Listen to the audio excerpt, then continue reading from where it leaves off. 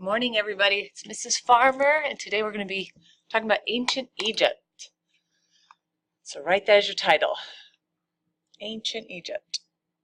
Then your essential question is when, where, and why did the ancient Egypt kingdom arise? When, where, and why did the ancient Egypt kingdom arise? Write that as your essential question. Okay, when, where, and why did, ancient Egypt, the great kingdom of ancient Egypt arise? Sorry. You have about 20 more seconds.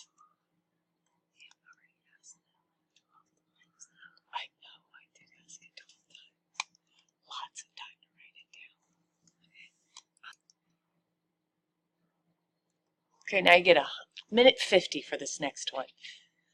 Okay, the title's Egyptian Civilization. The facts I want you to get down is the date it started, 3100 BC, that long ago. How long it lasted for, 3,000 years. And I want you to know that it was divided into 3 main kingdoms. There were actually more, but the ones I want you to know for the test are Old Kingdom, Middle Kingdom, and New Kingdom. So 3100 BC was when it started. It lasted for 3,000 years, and it's divided into the Old Kingdom, the Middle Kingdom, and the New Kingdom. Lastly, I want you to get down the last part. Kings were called pharaohs, and they ruled ancient Egypt, and the Egyptians believed that each pharaoh was the god Horus in human form. And we're going to get more into their religion in a later slide, but for now, the pharaohs ruled ancient Egypt, and they were believed to have been the god Horus in human form. Get that down. The teacher can always pause if you need more time, but for now, hopefully you're getting that down.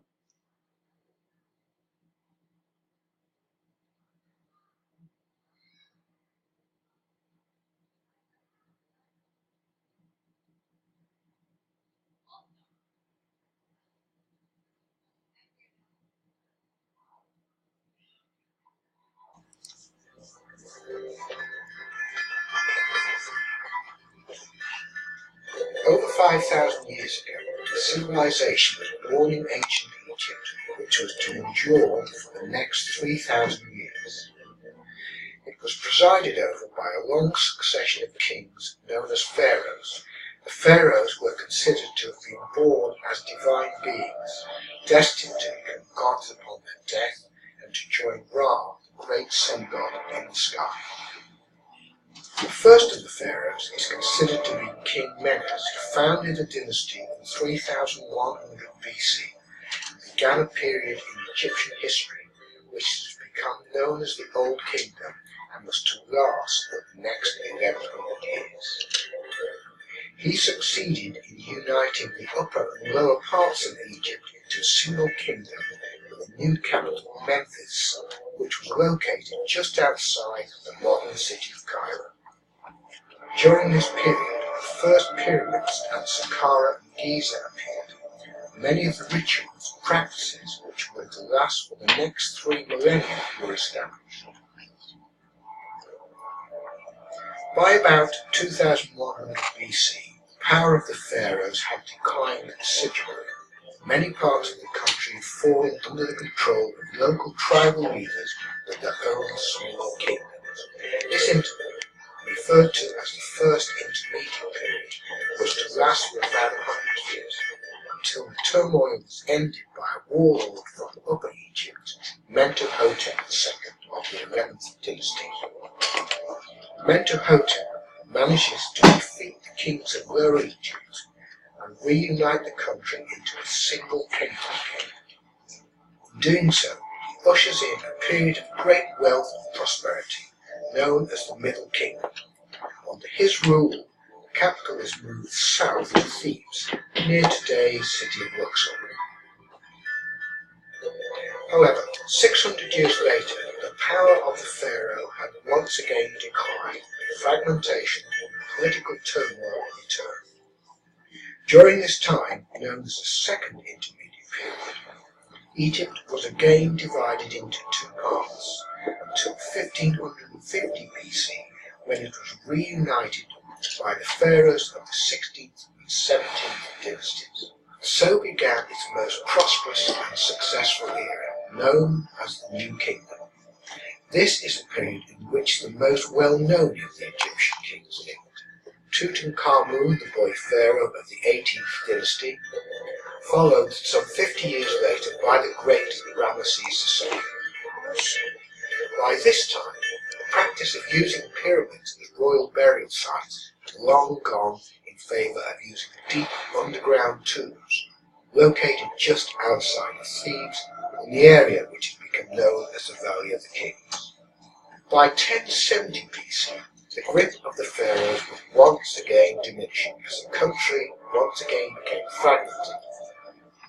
Although there were some brief periods of respite during the so-called Third Intermediate and late periods, native Egyptian rule was to come to an end, as the country was dominated for long periods by Assyrian and later Persian rule until it was finally conquered and reunited in 332 BC by the leader of the Greek Empire, Alexander the Great. On his death, one of his generals, Ptolemy, became the first of a Greek line of pharaohs.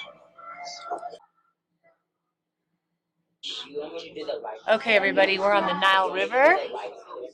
Basically, you can see on the map the long Nile River there where it's green, and it's green because there's water there, and that water would make the soil very moist, especially when it would flood, and then the water would recede and it would leave very rich black soil along the banks of the river. The Egyptians would use that area to grow crops, wheat, barley, and cotton. So this Nile River was their lifeline, basically, because without it they would have never become what they became, or even probably survived, since it's mostly desert there. It gave them water and a way to travel, because they would go up and down the Nile River in their boats. We call that transportation. They also used a plant that was along the banks of the river called papyrus, and they would take papyrus and they would make it into paper. So kind of cool stuff. Let me give you about a minute, and I apologize for all the noise in the background since I'm doing this while my other class is working in groups. So how about one more minute to get those ideas down? Okay, now you can talk.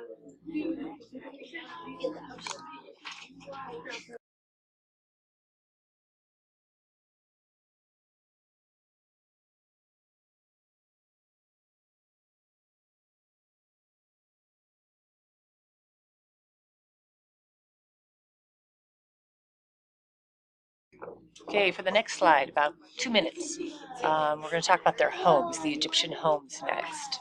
The Egyptians built their homes on the higher ground that was near the river. So they would do it on the higher ground so that it didn't get flooded when the waters would rise, but not too far from the river, because just beyond there would be the desert. The houses were made of dried mud and covered with white limestone. You can see a picture over here what limestone looks like. Most of the families spent much of their time on the roof of the homes because it was cooler, probably especially in the evening, where the houses would just hold in that heat. The roofs would not. The really rich Egyptians would have bathrooms, and of course they were lovely. Here is a picture of one of their toilets. It's basically just, a hole. Sand would be at the bottom of it. And, they would do their business, and then from time to time that sand underneath here would be changed. I know, pretty gross. Okay, take about just a little bit more time to try to get all those ideas down. Okay, everybody, and there's a picture of their toilet. Lovely, right?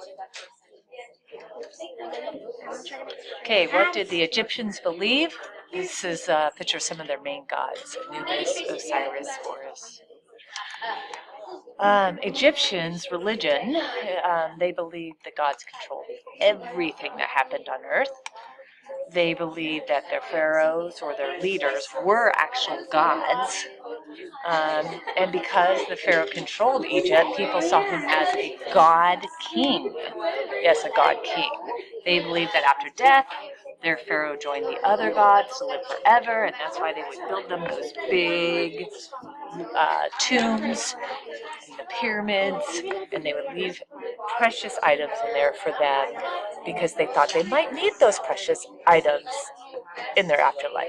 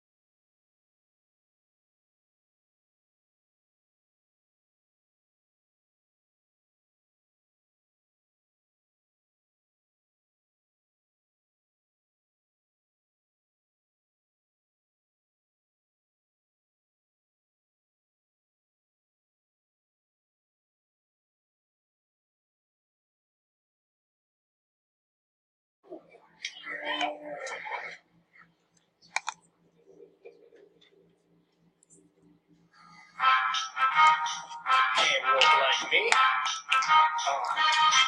Take a walk with me. Let me do that again. Yeah, that was.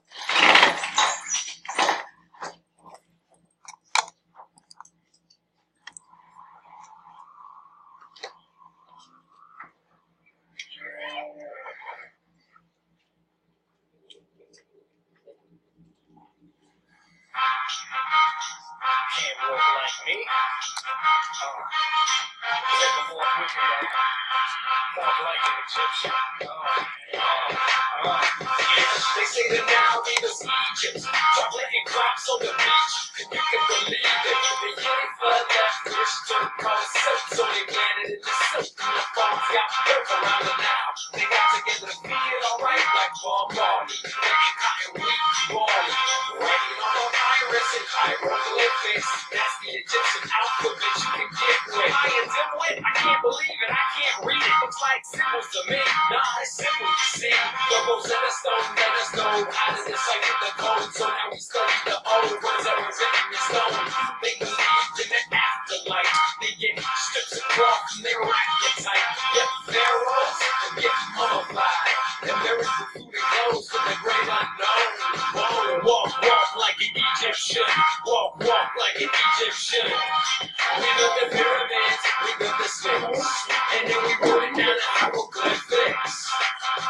Walk, walk like an Egyptian. Walk, walk like an Egyptian. We built the pyramids, we built the Sphinx. And then we wrote it down in hieroglyphics. What? I'm Osiris, more than a dick. Don't mess with me, boy, I'll put a sword to your head. We fighting Venus, after the space. Cause we're insulated by the desert and the seas. Hovering over with divine